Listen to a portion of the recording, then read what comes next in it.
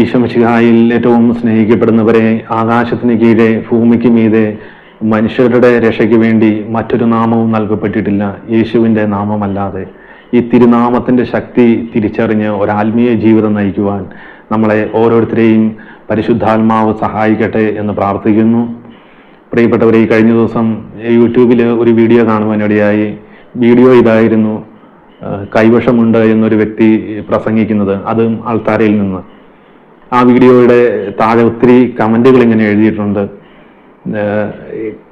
കൈവശം കാരണം കുടുംബജീവിതം തകർന്നു, കൈവശം കാരണം എൻ്റെ ബിസിനസ് മേഖല തകർന്നു, കൈവശം കാരണം എൻ്റെ മക്കൾക്ക് പഠിക്കാൻ സാധിക്കുന്നില്ല. ഒത്തിരി കമൻറ്റുകൾ ഇങ്ങനെ എഴുതിയിട്ടുണ്ടായിരുന്നു. പ്രിയപ്പെട്ടവരെ, ഇത് കേൾക്കുന്ന ആരെങ്കിലും കൈവശം കാരണം എൻ്റെ ജീവിതം തകർന്നു പോയി എന്നൊക്കെ വിശ്വസിക്കുന്ന ആരെങ്കിലും ഉണ്ടെങ്കിൽ ബൈബിൾ എടുത്തിട്ട് മർക്കോസിന്റെ സുവിശേഷം 16-ാം അധ്യായം അതിൻ്റെ 18-ാം വാക്യം ധ്യാനിക്കുന്നത് നല്ലതായിരിക്കും. വചനം ഇതാണ്: അവർ മാരകമായി എന്ത് കുടിച്ചാലും അത് അവരെ ഉപദ്രവിക്കുകയില്ല എന്ന്. മാമോദീസായിലൂടെ നമ്മുടെ ഉള്ളിലേക്ക് ത്രിത്വൈക ദൈവം കടന്നു വന്ന്, ത്രിത്വൈക ദൈവമാണ് നമ്മുടെ ഉള്ളിൽ വസിക്കുന്നത്. നമ്മുടെ ഉള്ളിലുള്ളവൻ ലോകത്തിലുള്ളവനേക്കാൾ വലിയവനാണ്. അപ്പോൾ എന്തുകൊണ്ടാണ് നമ്മുടെയൊക്കെ ജീവിതത്തിൽ അല്ലെങ്കിൽ കൈവശമുണ്ട് അല്ലെ കൈവശം കിട്ടിയിട്ടുണ്ട് എന്ന് പറയുമ്പോൾ ഒരു നിരാശയിലേക്ക് അല്ലെങ്കിൽ ഒരു നാശത്തിലേക്ക് കടന്നു പോകുന്നതിൻ്റെ കാരണം? ഇന്നലെ എൻ്റെ ഒരു സുഹൃത്ത് പങ്കുവച്ച ഒരു കാര്യമാണ്. എൻ്റെ ഈ സുഹൃത്ത് ഒരു കൺസ്ട്രക്ഷൻ കമ്പനിയിൽ സൂപ്പർവൈസറായിട്ട് വർക്ക് ചെയ്യുകയാണ്.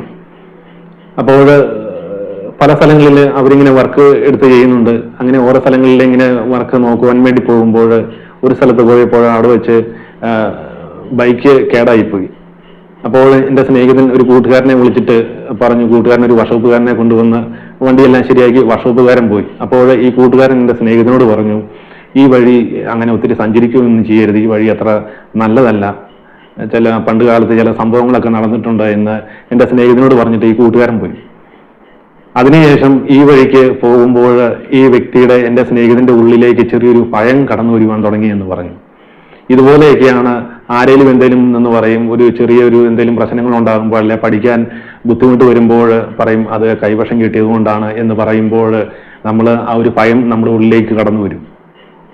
പ്രിയപ്പെട്ടവരെ, ഒരിക്കലും ദൈവത്തിന്റെ പരിശുദ്ധാത്മാവ് ഒരു വ്യക്തിയെയും നിരാശയിലേക്കോ ഭയത്തിലേക്കോ തള്ളിവിടുന്ന ഒരാത്മാവല്ല ദൈവത്തിന്റെ പരിശുദ്ധാത്മാവ്. ദൈവത്തിന്റെ പരിശുദ്ധാത്മാവ് ഒരിക്കലും അങ്ങനെയുള്ള സന്ദേശങ്ങൾ കൊടുക്കുകയുമില്ല. പ്രിയപ്പെട്ടവരെ, ഒരു സഹോദരിയുടെ മകന് ജോലി കിട്ടുന്നില്ല, പുറത്തു പോകാൻ വേണ്ടി ഒത്തിരി ഇന്റർവ്യൂ ഒക്കെ നോക്കുന്നുണ്ട്, എന്നാലും ഇന്റർവ്യൂ ഒക്കെ പാസ്സാവുന്നുണ്ട്, പുറത്തേക്ക് പോകാൻ സാധിക്കുന്നില്ല. അങ്ങനെ ഈ സഹോദരിക്ക് വേണ്ടി പ്രാർത്ഥിക്കുമ്പോൾ ഈ സഹോദരി പങ്കുവച്ച ഒരു കാര്യമാണ്. ഈ സഹോദരി ഏതോ ഒരു വ്യക്തിയുടെ അടുക്കൽ ചെന്നപ്പോൾ ആ വ്യക്തി പറഞ്ഞു, ഈ സഹോദരിയുടെ അനിയത്തി സ്വന്തം കൂടപ്പുറപ്പ് ഈ മകൻ പുറത്തേക്ക് പോകാതിരിക്കുവാൻ വേണ്ടി കൈവശം കൊടുത്തിട്ടുണ്ട് എന്ന് ഈ വ്യക്തി ഈ സഹോദരിയോട് പറഞ്ഞു. അതിനുശേഷം ഈ സഹോദരിക്ക് സ്വന്തം കൂടപ്പുറപ്പായ അനിയത്തിയെ കാണുമ്പോൾ ഉള്ളിൽ ദേഷ്യം, അനിയത്തിയോടും മിണ്ടാതായി. പ്രിയപ്പെട്ടവർ, ഒരിക്കലും ദൈവത്തിന്റെ പരിശുദ്ധാത്മാവ് ഇങ്ങനെയുള്ള സന്ദേശങ്ങളൊന്നും കൊടുക്കുകയില്ല. അങ്ങനെ ഈ സഹോദരിക്ക് വേണ്ടി പ്രാർത്ഥിക്കുമ്പോൾ ദൈവത്തിന്റെ പരിശുദ്ധാത്മാവ് പങ്കുവച്ച ഒരു കാര്യമാണ്: ഈ സഹോദരിയുടെ അമ്മായിയമ്മ മരിച്ചുപോയി. ജീവിച്ചിരുന്ന കാലത്ത് ഈ അമ്മായിയമ്മ ഈ സഹോദരി ഒത്തിരി വേദനിപ്പിച്ചിട്ടും ബുദ്ധിമുട്ടിച്ചിട്ടൊക്കെയുണ്ട്. അതുകൊണ്ട് ഈ സഹോദരിക്ക് ഈ അമ്മായിമ്മയുടെ ഉള്ളിൽ വല്ലാത്ത ദേഷ്യമായിരുന്നു. ഏതായാലും ഈ സഹോദരിയോട് പറഞ്ഞു, ഈ അമ്മായിമ്മയോട് ക്ഷമിച്ച് പ്രാർത്ഥിച്ച് ഈ കുമ്പസാരത്തിലേക്ക് ഏറ്റുപറഞ്ഞ് വിശുദ്ധ കുർബാനയൊക്കെ സ്വീകരിക്കുമ്പോൾ നിങ്ങളുടെ മകന്റെ ജീവിതത്തിൽ ദൈവാനുഗ്രഹം കടന്നു വരും എന്നിങ്ങനെ പറഞ്ഞു.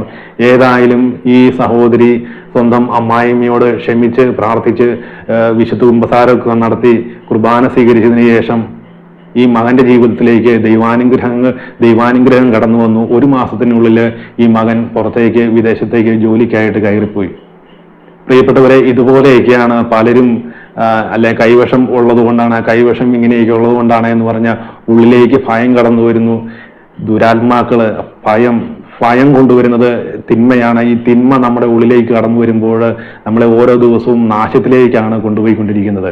ദൈവത്തിന്റെ പരിശുദ്ധാത്മാവ് ഒരിക്കലും ഭയം കൊണ്ടുവരുന്ന ഒരു ആത്മാവല്ല.